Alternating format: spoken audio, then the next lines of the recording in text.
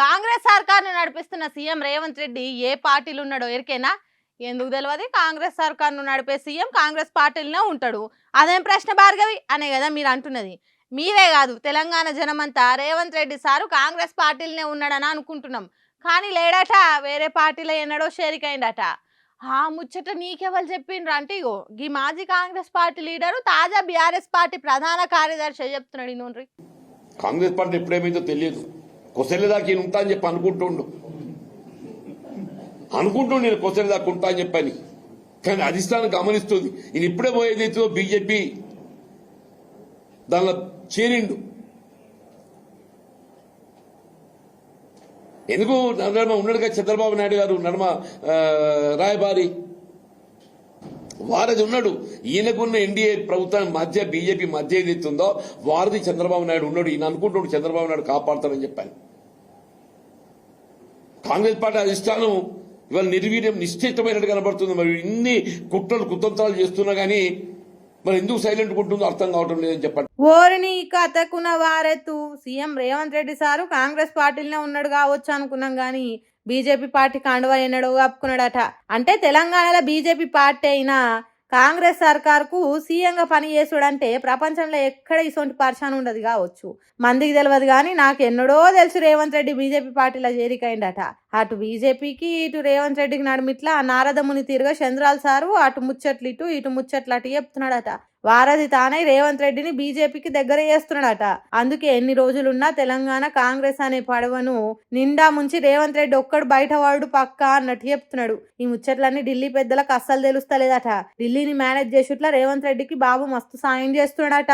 అందుకే చంద్రాల్ సార్ చెప్పినట్టు ఇనుకుంటా తోలుబొమ్మ తిరిగా అవుతున్నాడట. సొంత పార్టీని కాదని బీజేపీ పార్టీతోని సాటుంగా సాయిత పట్టినోనివి ఇక సొంత రాష్ట్రం మేలు కోరుతావని ఎట్లా అనుకోవాలి? సీమాంధ్రుల లీడర్లకు తొత్తుగా మారి రాష్ట్రాన్ని గాలికి వదిలిపెట్టినవు. నువ్వా నాకు నీతులు చెప్పేది అన్నట్టు ప్రెస్ మీట్ల పెట్టి గట్టిగానే వేసుకున్నాడు జీవన్ రెడ్డి సారు. నోటికొచ్చినట్టు మాట్లాడితే ఊకునేదిలే అన్నట్టు చెప్పిండు. ఇక ఇప్పటి నుంచి రేవంత్ రెడ్డికి గట్టి కౌంటర్లు ఇచ్చేటానికి జీవన్ రెడ్డి తయారుగా ఉంటాడు కావచ్చు. ఇక నీ పని అయిపోయింది పో అన్నట్టు మాట్లాడుకుంటున్నారట తెలంగాణ బీఆర్ఎస్ పార్టీ కార్యకర్తలు. జగిత్యాలలో బీఆర్ఎస్ పార్టీ ప్రజా ఆశీర్వాద సభల హరీష్ రావు ఎక్కడ కనిపించలేదు. మరి ఎటు పోయింది కావచ్చు?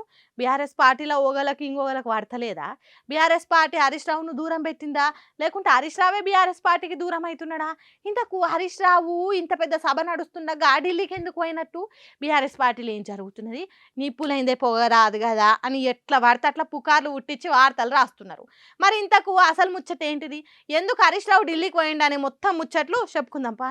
రామాయణంలో శ్రీరాముడు గీసిన గీత సీత దాటాల్సి వచ్చింది కావచ్చు కానీ బీఆర్ఎస్ పార్టీ లైన్ దాటాలనే ఆలోచన కూడా హరీష్ రావుకు రాబోదు కావచ్చు. పార్టీ ఏది చెప్తే అది శిరాస వహించే కమిట్మెంట్ కలిగిన లీడర్ హరీష్ రావు అనుడు పెద్ద పరిచయం ముచ్చటేం కాదు. మలిదశ ఉద్యమం మొదలైనప్పటి నుంచి కేసీఆర్ను కాదని ఒక్క అడుగు కాదు కదా, అడుగు కూడా వేయలేదు హరీష్ రావు. ఫస్ట్ నుంచి పార్టీ కోసమే పనిచేసిండు.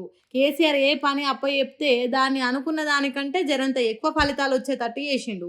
పేరు కోసము, పదవుల కోసము, పైసల కోసము కాకుండా తెలంగాణ కోసం, గులాబీ జెండా కోసం పనిచేసిండు.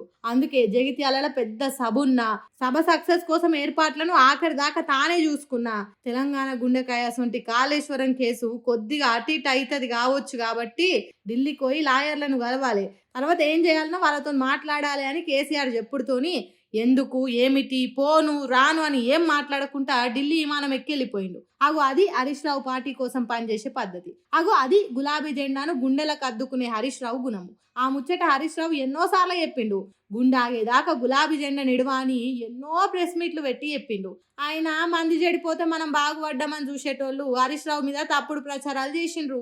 బీఆర్ఎస్ పార్టీ బోరెంగ్ కోస్తాడు, బీఆర్ఎస్ పార్టీని చీల్చేది హరీష్ రావే బీఆర్ఎస్ పార్టీలో కట్టప్ప అని ఫాల్తు ప్రచారాలు చేసిండ్రు, ఉద్దర వార్తలు రాసిండ్రు. ఇప్పుడు కూడా జగిత్యాల సభలో హరీష్ రావు ఎందుకు లేడు? ఏదో జడింది వాళ్ళ నడుమ అని మసిబూసి మారడు కాయం చేసే హౌల ప్రచారాలు చేస్తున్నారట. కానీ హరీష్ రావు అప్పుడు ఇప్పుడు ఇంకెప్పుడు తెలంగాణ ప్రయోజనాలు కాపాడే కారు గుర్తు పార్టీని, కేసీఆర్ మాటను జవదాటను అన్నట్టు పని చేసుకుంటా పోతున్నాడు. అందుకే ఉత్తర తెలంగాణ మొత్తాన్ని ఓ ఊపే ఘట్టం జీవన్ రెడ్డి పార్టీలో చేరే కార్యం ఉన్న కేసీఆర్ చెప్పిండని ఢిల్లీ బాట పట్టిండు. కాళేశ్వరం కేసు తప్పుదారి పట్టకుండా కుట్రలు చేసేటోళ్లకు బుద్ధి చెప్పేతానికి లాయర్లతోని మాట్లాడేతానికి బయలుదేరిండు. అంతేగాని అడ్డగోలు మనుషులు చేస్తున్న ప్రచారాలు 100% తప్పని నిరూపిస్తున్నాడు. అందుకే హరీష్ రావు అభిమానులు, బీఆర్ఎస్ పార్టీ కార్యకర్తలు హరీష్ రావు సారును అంచనా చేసుడు మీ తాతల తరం కూడా కాదురా అని మాట్లాడుకుంటుర్రట.